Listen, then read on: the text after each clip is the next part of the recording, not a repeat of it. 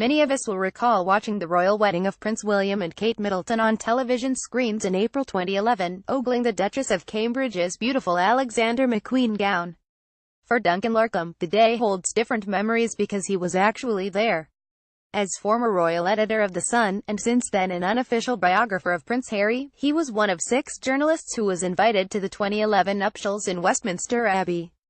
Advertisement. Continue reading below. Amid the news that another royal engagement is imminent, as a result of Prince Harry's year-long romance with Suits star, actress Meghan Markle, we caught up with Larkham to find out what really goes on behind the scenes at a royal wedding. Point 1. Believe it or not, it's not like any old wedding. It's a very weird experience, kind of like sitting in Madame Tussauds with moving waxwork, says the former royal editor. It was one of the most incredible experiences of my life. You know when you're there that you're watching history unfold in front of your eyes. It's not like any wedding I've ever been to. If you like people watching, there's probably nothing better than a royal wedding. There isn't a room that has that many famous and royal people all under one roof. Advertisement. Continue reading below. Getty. 2 royals get nervous too. Before Kate arrived, William went to compose himself with Harry in a room just off Poets' Corner, an area in Westminster Abbey. We were sat near there, so they both walked straight past us and William looked absolutely terrified. They came out afterwards and gave a deep breath. Point 3. There's lots of secrecy around it.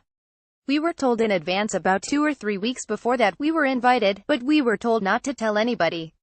They wouldn't have wanted word to get out amongst other journalists. Point 4. The bride can silence a room of 1,000 people.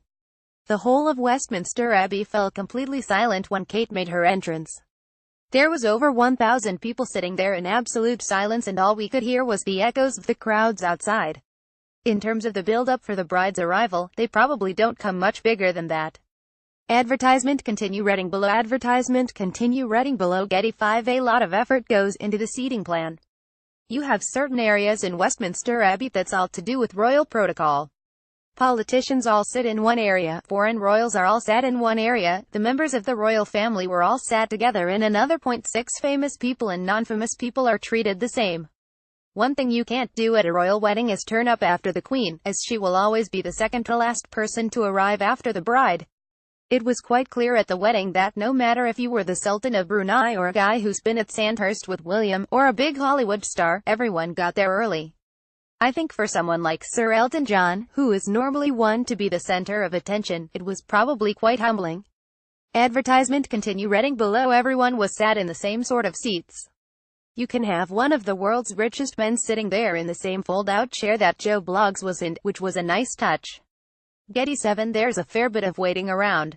The wait for Kate's arrival felt like forever. We got there earlier than most people. In fairness, we were probably there for 2 hours before she arrived. The other guests were probably waiting for around an hour. 8. Formality and tradition are everything. William and Kate had a vast guest list thrust upon them by the Foreign and Commonwealth Office to avoid any diplomatic issues with people being snubbed. When you boil it down, in terms of their actual friends, they probably only had a couple of hundred, including workmates mixed in with 1,000 other people. You can't compare it to any other wedding. Advertisement. Continue reading below. Advertisement. Continue reading below. Getty. 9. It's debatable how much of the day is about the couple. William and Kate did look very happy. It was very obvious that while they had to go by protocol, absolutely everything they physically could have done to put their own stamp on the day, they did.